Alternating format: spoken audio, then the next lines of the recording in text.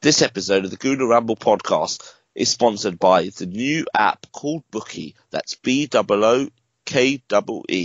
Sign up by using the promo code Ramble, deposit and bet £10 and get a free £10 bet. That's Bookie, BOOKEE.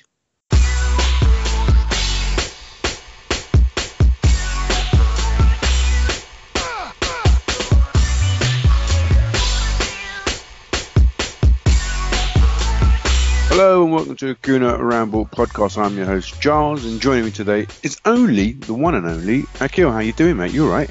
Yeah, I'm good, but you told me there was two others. There were, but you know they didn't turn up, just like Arsenal. Hey, well, I turned up. Well, you turned up too. Yeah, and on that note, you guys turned up just minutes before kickoff, didn't you? Oh, mate, we spent over 8 hours on the trains yesterday. We had an overrunning engineering problem. We then had a signalling problem, and then on the way back, I don't know if it said incident, but I think there was a fatality on the way back. So you know the fatality. Obviously, it's thought so with the person and his family. So that's different. I don't think anyone's really frustrated with that, but on the way there, it was a bit frustrating. But to be fair, like, everyone handled it quite well. Yeah. You know, I think we all know things do go wrong. It's human errors do happen and things like that. So people handled it quite well. I mean, it was funny because Jens Lehmann was on our train. And then when we all got out, Jens was, he didn't look happy, let's just say that. He wasn't best pleased with half an hour to go till kickoff. And there's a few fans that kind of, I think were about to ask him for a picture because they were about to approach him, you could tell. But I think they saw his face and they just thought, you know what? I think we'll just leave him alone. Yeah, we'll just leave him alone because he obviously wants to get to the game. So, and then he was on our train on the way back as well, along with Alan Smith and, again, so I mean, Jens spent just as long on the trains with us as anyone else did. Indeed, yeah. And I heard that because you guys were on a 9:20, wasn't it, in the morning, Correct. weren't you? Yeah. I was supposed to be on the 10:20, and that one got cancelled. Wouldn't have made it. Yeah, you wouldn't have made it. Yeah. As fate would have it. Yeah, I mean, unbelievable. But that's you would have only been on that if you'd booked the right day. If I'd have booked the right day, indeed. Yeah, so, I mean, do you want to tell our listeners what happened? Yeah, I think, I booked Saturday for some inexplicable reason. I only realised it when I thought, let me just check on Saturday to see, what time my train is on the Sunday, and it said Saturday, and I was like, oh my gosh, so I missed out on £55. But I have to say it now, the Gooner family, I know it's a much maligned and much hated term, but the Gooner family really came together on the weekend and sorted me out. And FK and Waleed sorted me out, got me out there. So much thanks to them guys. And so we got up there, saw the team line. I guess you guys didn't really have time to take it in, did you? Because you were too busy running, legging it down the. We saw the team and an hour before, but we were obviously still half an hour away from Manchester then, so it was a little bit of both really. It was a bit of a wow, that's a bit strange, and then it was like, I hope we get there. So it was, I think there was a bit of confusion, I guess, on the train with, is it a 4, is it a 5, where is Coquelin going to play, where is Ramsey further forward, why is Iwobi there and Lacazette not starting? Yeah, why is Iwobi there, and why is Lacazette not starting, and is Sanchez going to play up top on his own? I mean, it was pretty obvious he was because there's no one else there. But all those questions were going through our heads a little bit. Obviously we had the good news with Kolasinac being fit, but apart from that, we didn't really. I don't think at that stage we had seen the bench, so we didn't actually know Saka and Holding were out. So, there was all that, if it is a 4, well, if Kolasinac isn't 100% fit, why isn't Nacho just moved over and Holding or Per played alongside Koscielny? But all that, again, as you say, it was because we were just hoping to get to the game, and we did miss the first 5 minutes, and we missed the minute of silence and all the Aguero tributes, which. Why didn't you come in with us? Why did you wait?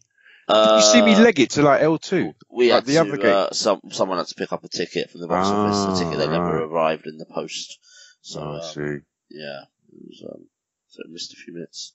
But yeah, so I mean, I guess maybe it was a good thing, we didn't really have time to think about it. But I can tell you on that. I was with Faisal and Waleed and the corner right when we saw the team lineup. There was a lot of drop there. You could hear, jaws dropping to the floor as they read out the team list. And, it's the second time he's left Lacazette out. Yeah, a big game away from home. You're just wondering what was the thought process behind it. I mean, I know that he likes to play football, and maybe he didn't think that Lacazette was dynamic enough, or I don't know. Maybe the unpredictability of Alexis Sanchez he thought would win the day, or give us more avenues and options. I'm not sure, but there's not one answer that I thought, that could be a perfectly good reason to leave Lacazette on the bench. What did you think? I look at that sort of two ways. I think he that Chelsea model, Welbeck or Wobie, did an outstanding job by tucking in at Stamford Bridge, and it made it difficult for Chelsea. And so I see why he played a Wobie. I probably wouldn't have, but I can see a bit of logic there, and I can see, I don't know, potentially I can see him looking to the future, a little bit, I suppose. But then why did he? Okay, you can understand why. Yeah, I'm going to come to that. But then that's where the problem lies. That he's played the other two who weren't at Stamford Bridge, so they weren't involved in that good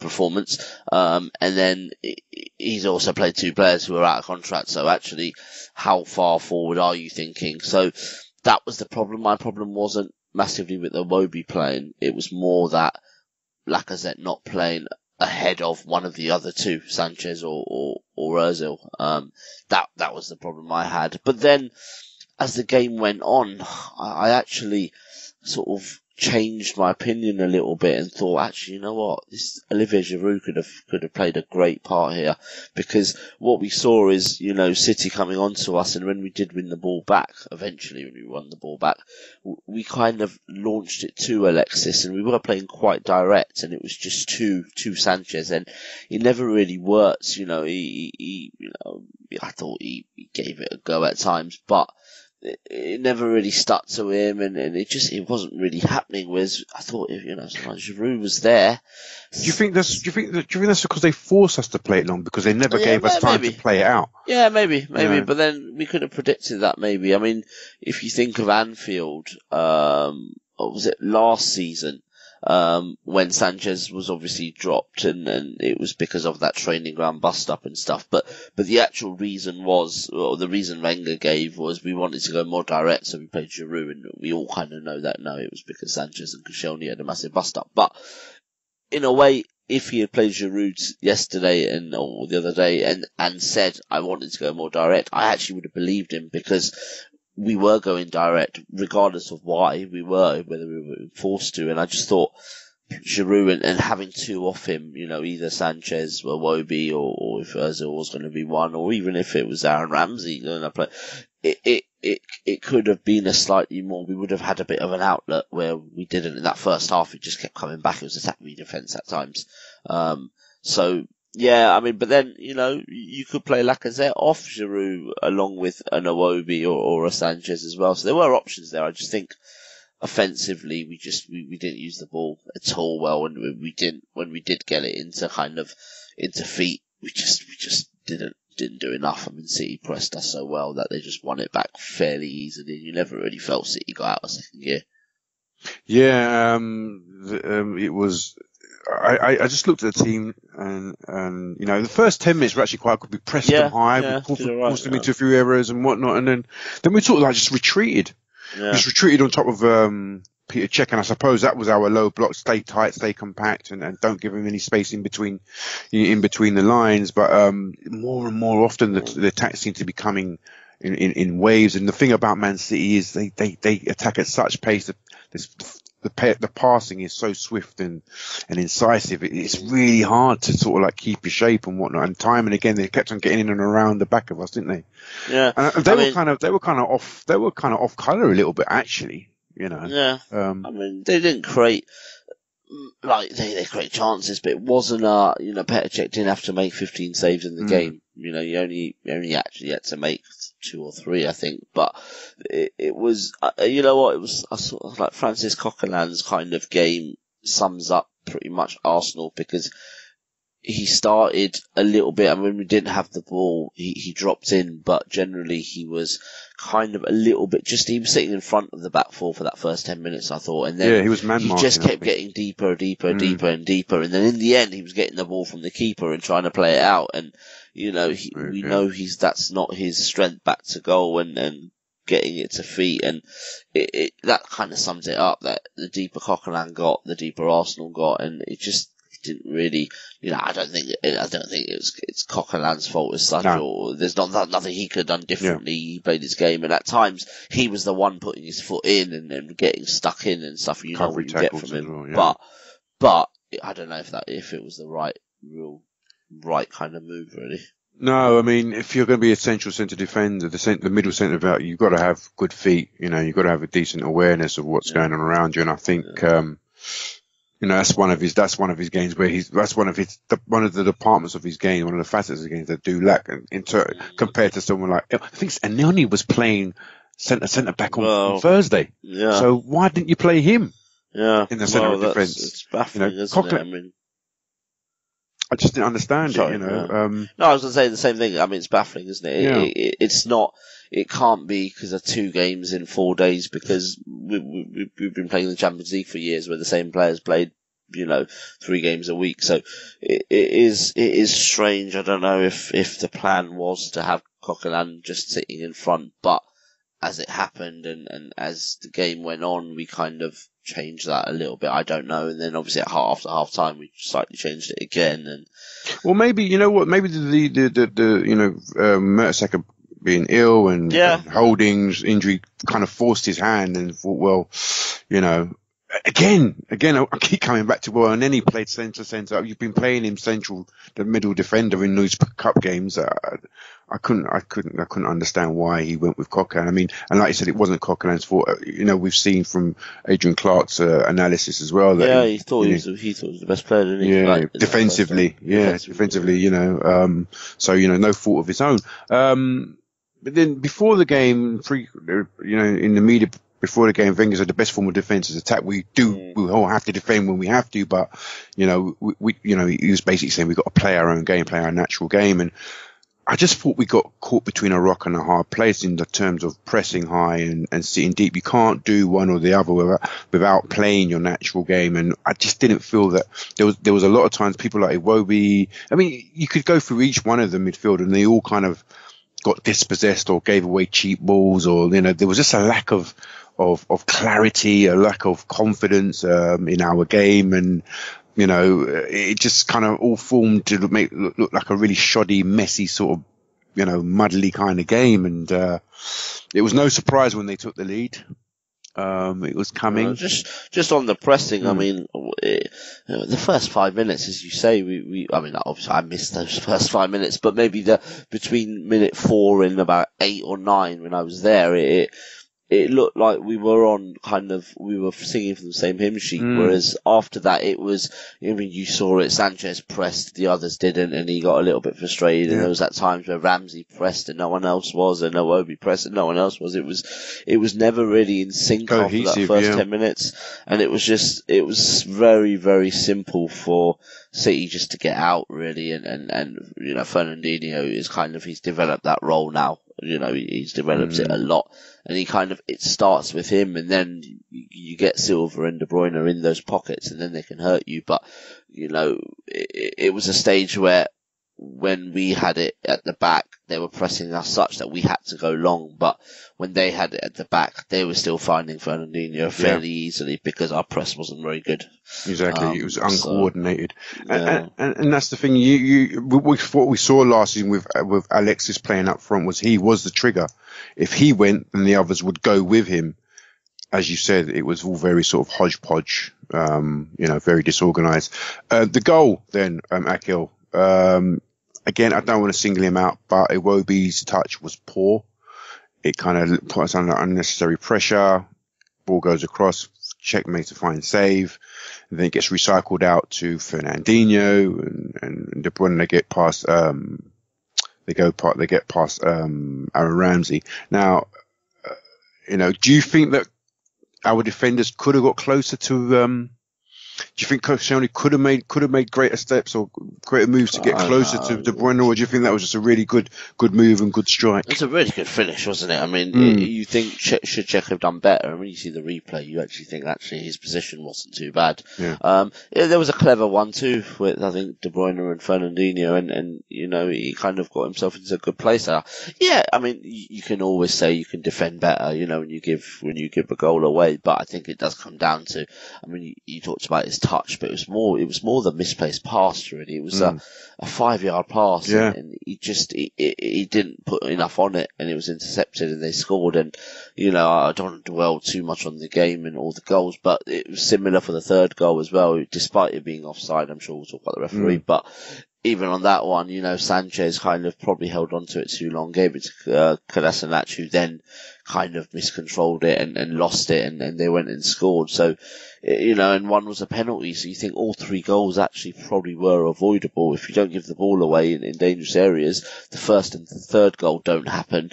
And then obviously the second one was the penalty, which, has been debated since it happened, but that's the frustrating thing, that, in a funny way, that if Sterling had scored in that first half and Sane put it across and it was a tap-in, you would have thought, well, that's pretty good football here, there's not much you can do.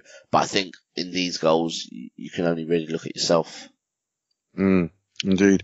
So, and then after that, we've actually had a chance. With the one time we actually do make a really incisive direct play was when Alexis holds up the ball for Ramsey to run on and forces a good save from Ederson. Yeah. And from Ederson, if that goes in 1-1 at half time, where our tails are up.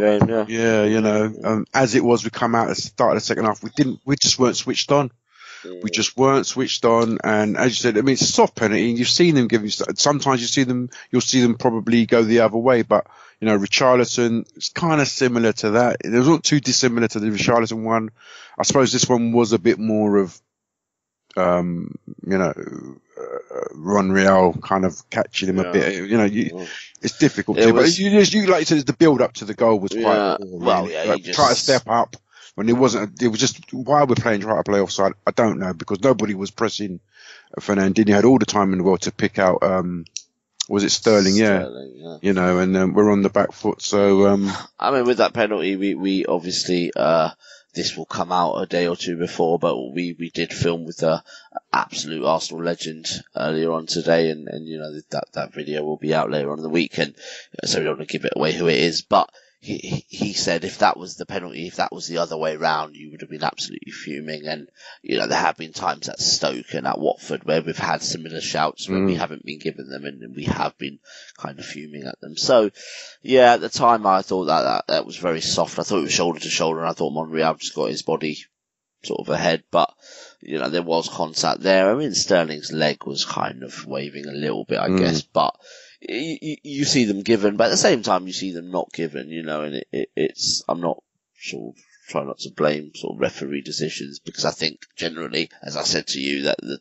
2 goals, first and third goal, it was our bad pass, our bad control that gave them the chance. So we should be concentrating on stopping that than worrying about refereeing decisions. But if there's one place right now where you don't want to go and have the ref give a decision against you, it's probably the Etihad, and that penalty again, you've seen them not given, you've seen them given, maybe you can't complain, but then getting back in the game with Lacazette and then having that offside goal, I think was a bit of a killer in terms of it killed the players. They are a little bit, I don't know if they lack confidence or if they're just a bit sensitive right now with fan pressure, media pressure, obviously the manager sort of under pressure, well, at least from fans and the media, that it just, it did kill, it killed them, and it killed the away end as well, because when that went. What I saw, we weren't sure how we were looking, what shape we were playing, but there was a point where, I think we went into our 5 at the back, or 3 at the back, if you want, and we seemed to be a bit more stable. We seemed to understand what we would. We were familiar. We were a bit more familiar with it, and we seemed to be playing better. And then obviously Wenger's made the choice to take off Coquelin and go to a 4 and bring on Lacazette. And then what we then saw was us again playing our natural game, and and the passing stats seem to back that up. You know, in the final third, we're nearly on a par with Man City in terms of passing in the final thirds. The only problem was we didn't get enough touches in the box. But the one time we did get a touch in the box in the second half, Lacazette goes through and scores. And you've got, and the thing is, the build up to the goal was really good, because it was one of the few things that, for all his effort in an industry, Iwobi did really well. He opens his body up, turns. I think it might be Fernandinho. I'm not sure. Yeah. And Ramsey lays it off nice. Yeah, lays it off, and I think he one shot, one goal. And I mean that. You know, people talk about XG and his low shot count and blah blah blah, but he's very efficient. He's extremely. And it just did. You know, suddenly the away end was up again. Rocking, there was just a bit of, and then we kind of, from the pretty much kick off again, we won it back, and I think we won a corner, and it was just like, wow, finally Arsenal have turned up here. It's taken us 60 minutes. But we've turned up, and we looked like we could score. It was a game. It was a game on, wasn't it? It was a game. We were back in it. It was, and that's that. As I said, that's why, you know, referee bad decisions do happen. But it happened at a time when it was the worst possible time, because it killed the game with about 12 minutes to go. It absolutely killed the game. And it must be really hard to like get back into the game, and then the decision go against you, and you're 3-1 down against the best team around, you know, who are passing like, I mean, it must be really hard to get up again. Yeah, exactly. And, you know, I think, was it Koscielny was the one adjudged to playing him on side, even though he wasn't, you know, and you had Monreal in there as well. And, you know, Koscielny, Monreal are two senior players now in our squad. You know, one's our captain, one's just one player of the month. They're both very experienced players, and it's, you know, decisions going against players like that, and you kind of just even their heads dropped a little bit. You saw that. I mean, the one thing you would say is play to the whistle, and I don't think we did. We stopped, but you've got those kind of senior players then are just kind of, you know, around the referee and sort of didn't really believe it. And then I think once they drop, then the rest of the team kind of drops, and then that's when you get your Sanchez sulk. You get sort of Ozil then kind of just, I don't know, you know, being petulant and getting a yellow card. And then you're kind of done, really, haven't you? That's where the lack of leaders in central midfield. That's when you want your Xhaka and your Ramsey to just grab that game again.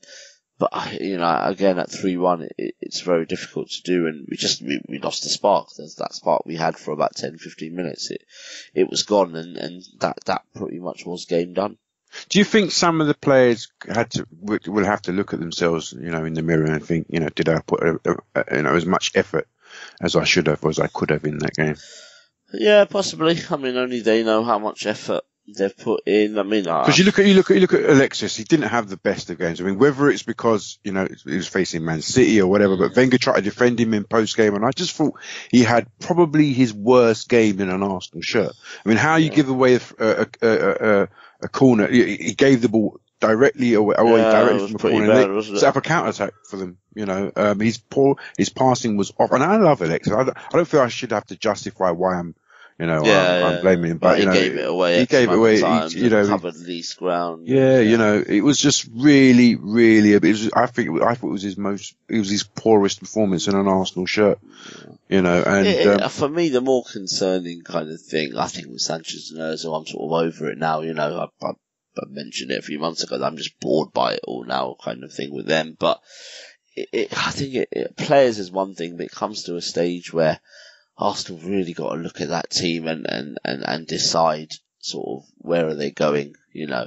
And I think the person I think of is someone like Granit Xhaka, who's only been there a couple of years, or was it 1 year really, isn't it? 1 and a bit. And you just think that, is he the real deal? I'm not criticising him as a player or anything like that, but in the formation we're going to play, is he going to be that dominating midfielder that we need? And I'm not sure. I like Xhaka. I like him as a person. I like him as a you know, his passing ability is fantastic, and against teams that give him space, he's just absolutely class. But you just think, for Arsenal, if you've decided Aaron Ramsey is going to be your sort of main number 8, then you need a bit more dynamic. It just seems like we've got two players who individually are great, but together potentially aren't. And you need to come to a stage where, when we believe Patrick Vieira is going to be Arsenal's main man in that midfield. Well, okay, we got in after Petit went, we got in Gilberto. Okay, Gilberto will do that legwork. He'll sit just in front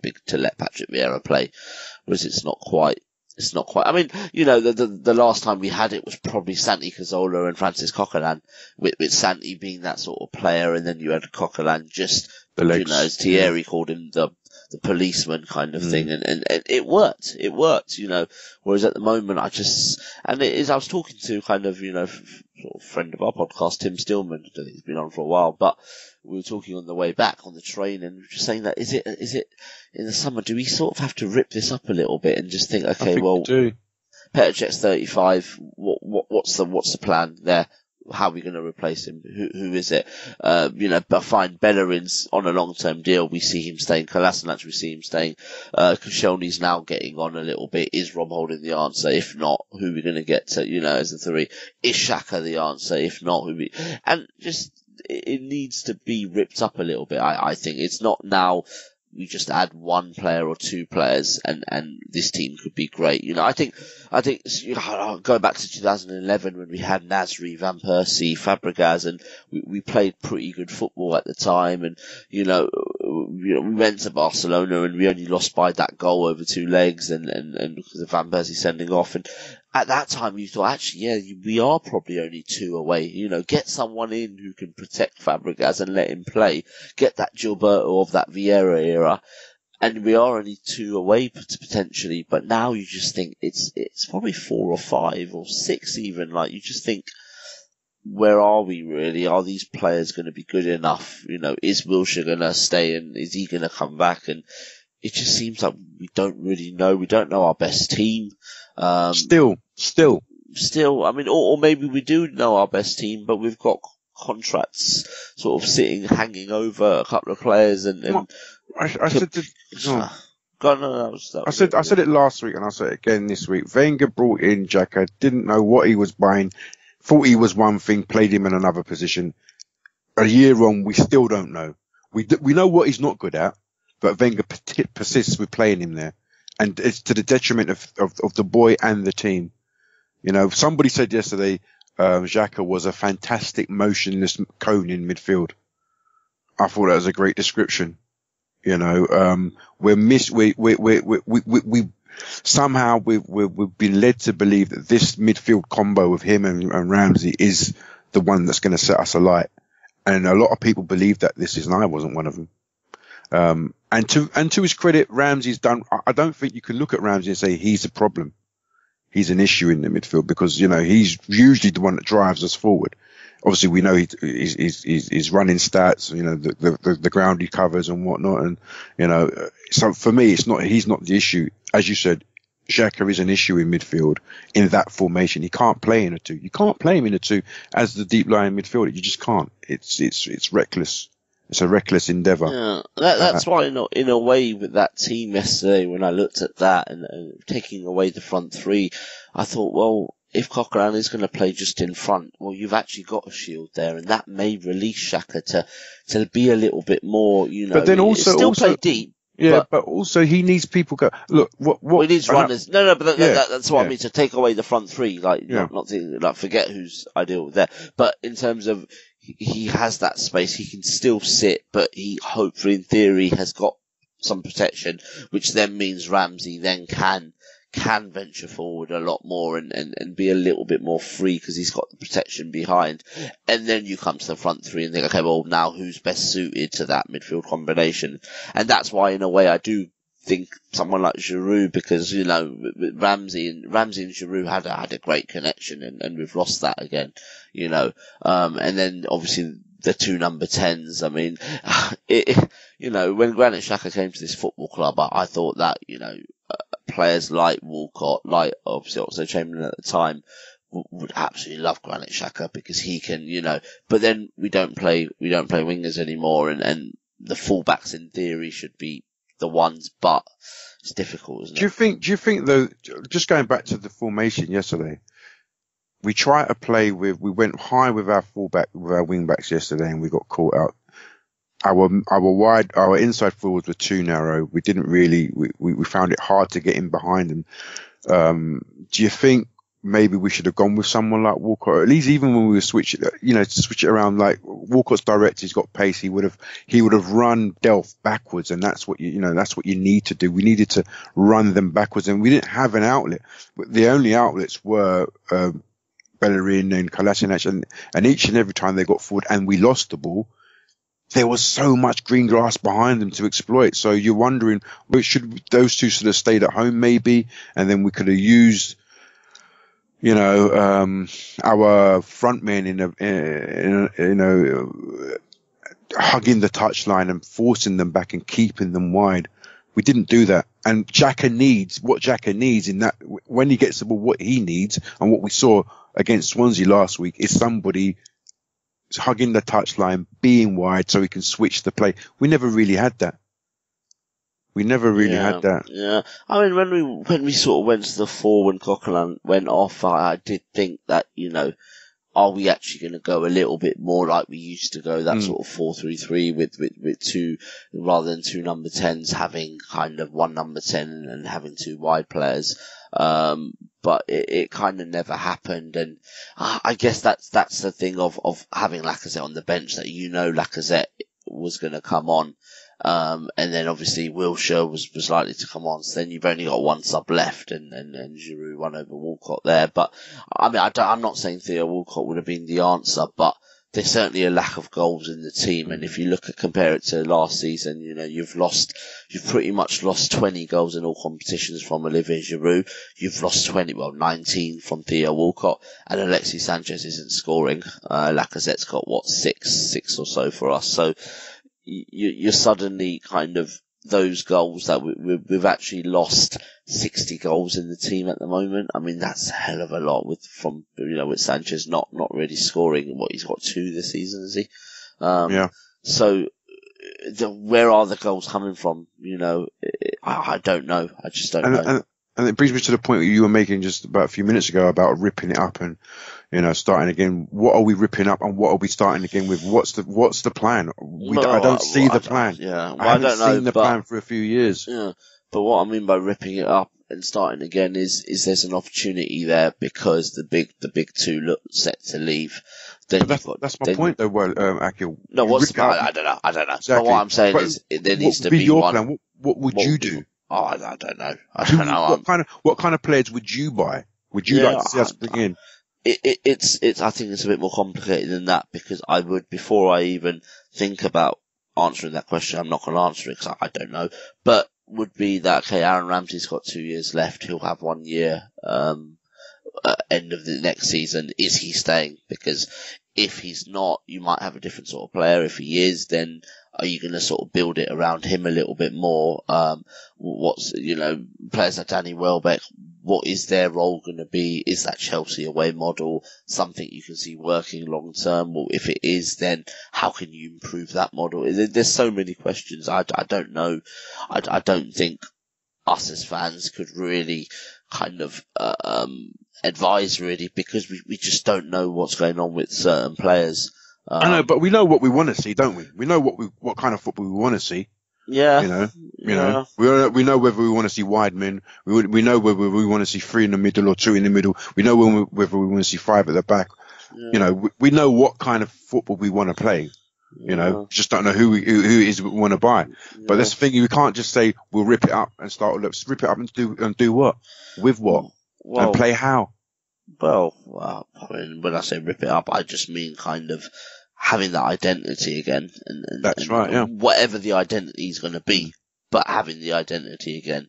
And just sort of looking around and thinking, okay, if this is our formation, if 5 at the back's here to stay, then okay, what sort of a midfield do we need in order to make that 5 work? What sort of players do we need? Because at the moment, we've changed formation, but we've got the same players. We've added Lacazette and Kolasinac, and in a way, Kolasinac fits into that new formation. But then again, that wasn't a plan, because his signing would have been pretty much agreed well before we switched to a 5 at the back. So actually, or 3 at the back, whatever you want to call it. But so actually, but that wasn't the plan. But it's worked out because you think actually he's suited in that kind of wing back role. So you think okay, there's a tick there.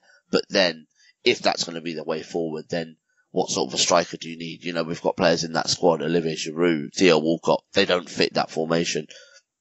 What are you going to do? What's the plan with them? Is it just to keep them and let them play in the cups and not really influence much? Or is it to flog them and kind of reinvest that with players who will fit? If Thomas Lemar is a number 10 and if we feel he can fit in that formation, then, we should be going for a Thomas Lemar if we sell Sanchez in January or whatever. But I think you need to know your identity, you need to know your formation, you need to know everything you said, how you're going to play, and then you can pick your players who are suited to that system rather than getting players in and making them fit into a system, because that clearly isn't working at the moment. I suppose it's because we were talking about this the other day. I can't remember who I was talking with about this, but we were talking, do you buy the players first or do you have the system first? And I suppose because Wenger's been here so long, he knows he should know what kind of philosophy or vision he has, so then he can go and get the players to fit that model. It's when a new man comes in, he's not sure, he's got the players, so he has to, like Conte did last season. He came in, he just did what he could with what he had, and he made them fit into a system. And now he's sort of like, well, he should be now sort of like buying the players that fit the system. I suppose that's exactly that, isn't it? Once you know as you say, Wenger's been here a while, so it should be about those players should be able to fit the system, whatever system that is. Whereas it's not we should know what system suits our players. They've been here long enough. It's not a case of let's, that we definitely should, and I'm not sure we do. Exactly. It's still an issue, isn't it? Yeah, it's not like I remember when this was about 10 years ago, but I coached a primary school football team. So that's about as far as my, funny man. But that's about as far as my experience in top level football goes, because they were pretty good. But there it was very much like, I would play a formation that suited the players, because then that I can't buy, obviously, kids from other schools and stuff. It don't work like that. So it was a way of, I had these kind of 15 lads, and I looked at them. We had training sessions. They were really enthusiastic. Bless them. They're great. But it was very much like, okay, well, what will work? Well, that guy is bloody quick and he puts in a great cross. Okay, I need to play a formation where I have two wide men and I have a centre forward that is going to thrive on that. Is going to, if you find a great number 10, then you think, okay, well, I need to find a formation that fits that number 10, So in a way, Arsenal need to decide on their identity, their formation, and then buy players that can fit into that. Of course, sometimes opportunities will come with massive players, and you can't turn that down. And if that happens, then you might have to adapt. Of course, if Lionel Messi came available tomorrow, you wouldn't say, "Oh, actually, sorry, Leo, you don't fit in this formation. We're not going to take you." It's more of, no, we'll take you and we'll just adapt our formation. Same way we adapted the formation for Cesc when he was here. Because that formation was made for Cesc Fabregas. And I tell you what I was thinking about the other day is his best teams, his greatest teams wasn't really sort of in the image of one player. Okay, Thierry Henry was the spearhead. He was he was the tip, the tip of the sword. But there were so many characters. There were so many other big players in that team, in that Invincibles team, and the team before that. And even if you want to go back to the 98 double winning team, there were big players, and I'm very wary about sort of like focusing when people say build the team around Ramsey. I'm not saying you, but other people say I'm not. Have a hero. Let's find a hero, find the one man, the Moses, that's going to lead us to the. Exactly. I don't believe in that. I think you do need a core. I still think we need a core of players that we can sort of build around, and Ramsey's definitely got to be one of them. But they're, whether it's going to be Welbeck or Jacques and Bellerin, Kolasinac, as you said, Lacazette, we just need a core rather than the one sort of like leading light. It comes into that identity, and in that Henry team, that identity, you know, Perez, Ljungberg all fit that. Bergkamp obviously all fit that identity. And in theory, you could take any of those one players out for a game, and we would still play the same way and still be quite successful. So I mean, Wenger's always believed in. I mean, there's two things. He's always believed in shared leadership, and he's always believed in shared goal scoring. So even though Thierry was scoring 30 goals a season, he kept stressing that, you know, the goals should be shared around, and hence why Ljungberg, Perez, and then Bergkamp and Vieira, you know, contributed. And even our centre-backs used to get more than Sol. And Wiltord as well. Wiltord would come in and do it. Yeah, exactly. So he's always said that, and at the moment, that's part of the problem there, because those kind of players who were sharing the workload last season aren't now in the team for whatever reason or formation, which then means your reliance on sort of one or two individuals, or Sanchez is massive. You know, another one, Mesut Ozil scored 10 goals last season or whatever it was. We haven't replaced those goals either. He's got one, so that's the problem. We've got an international break, thank goodness. But after that, we've got Spurs. We'll come on to Spurs. We'll come to Spurs later, and towards nearer the time. But what else has been happening in the news, Axe? What's been happening? I know the Panorama did a Paradise Papers thing. I didn't really see it, but tell me what you did catch of it. Nothing really new there. As we know, Farhad Moshiri owns 49%, or his company owns 49% of Everton. We know he was part of Red and White. Red and White obviously own 30% of Arsenal through Alisher Usmanov, who owns Red and White Holdings. What we do know is Moshiri sold his shares in Red and White, not in Arsenal, in Red and White to Usmanov, and went and bought Everton with that money pretty much, for 49% of Everton. So, you know, that is allowed. The only way he couldn't is if he still owned, part of Red and White. So if Red and White owned 30%, but if Moshiri owned 50% of Red and White, that means he technically owns 15% of Arsenal, which means he couldn't then, after 10%, you can't own another football club. So, that's kind of what it is. But I mean, the question mark has come in that where has he actually got his money from? So are they suggesting then if it was a gift, it's effectively Usmanov's money that's bought the shareholding in Everton, and therefore because he's got 30% of Arsenal, you're not allowed, he's sort of breaching Premier League rules, whereas let's state you can't have any more than 10% of the club to buy into another. Is that where the... I mean, I'm not sure what the kind of which bit of the law they're actually questioning, but obviously in theory, if Usmanov has given Moshiri the money, then is Usmanov pulling the strings and Moshiri's just that front man? You know, he's the kind of, you know, is he kind of just a messenger really of a rich messenger? But if Usmanov is actually pulling the strings, then technically there's something in there. It might still not be against the rules, but then potentially, like everything, laws and rules have to be updated because that's obviously wrong. So I don't know. I think, you know, I mean, people can give gifts to people, and if people, you know, if Roman Abramovich has a friend and has gifted him money, and later on 5 or 6 years later that friend wants to invest his money, but he's, you know, if Roman gives him 5 million or 5 billion rather, and he already has 5 billion, and then he goes to buy a football club for 5 billion, how do you know which 5 billion he's using? Is it Roman's money or is it his own money? And that's where the cloud comes in really, and that's not going to be very clear. And I think that's what Moshiri will say, that even if there was a gift, he could still, you know, he could say, well, that gift is still there. That I haven't actually touched that. It's my own money, even if it isn't, sort of thing. So it's a tricky one. I don't think anything will really happen, if I'm honest. I think, you know, people will look into it, but I don't really think it will happen. Nothing really will happen, because I think it's quite tight there, and, you know, we'll kind of wait and see. But I mean, Usmanov's last public statement, obviously, when there was rumours about him selling to Stan, was he wouldn't sell to Stan and he wants to keep his shares. But there was a bit at the end about if another buyer is in the market who can help Arsenal Football Club go forward, then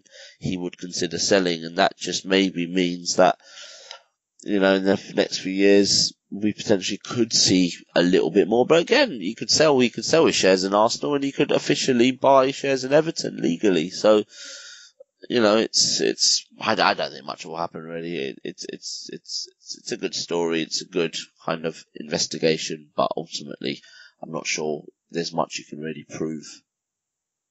Cool, yeah. All right. Let's bring it to a close then, X. I'm knackered. Yeah, me too. It's been a long few days. Yeah.